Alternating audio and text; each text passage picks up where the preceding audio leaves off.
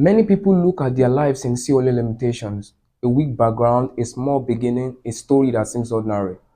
But when a life meets Christ, heaven begins to write a different story because God's plan is stronger than your limitation.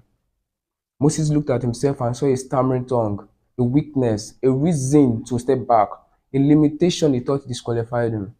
But God looked at him and saw a deliverer, a man who would stand before Pharaoh, a man who would speak to a nation, a man who would lead millions to freedom. The limitation Moses feared was no limitation to God, because God's plan is stronger than human weakness. The widow woman sat in an empty house. Her husband, the prophet, was gone. Creditors were coming. Our children were about to be taken. She looked around her house and saw nothing, nothing except a little jar of oil. But what she called nothing was enough in the hands of God. Because when God has a plan, small things become great things.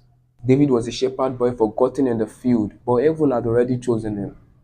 The boy with a sling would become the king with a crown.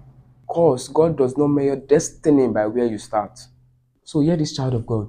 If you look at your life and see limitations, your background does not cancel God's plan. Your weakness does not stop God's purpose.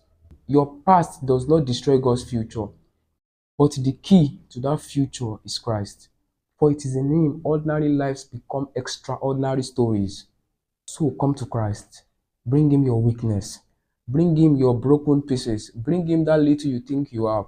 And watch the God of heaven turn your small beginning into a destiny greater than you can ever imagine. Because in Christ, your limitation can never limit God's plan.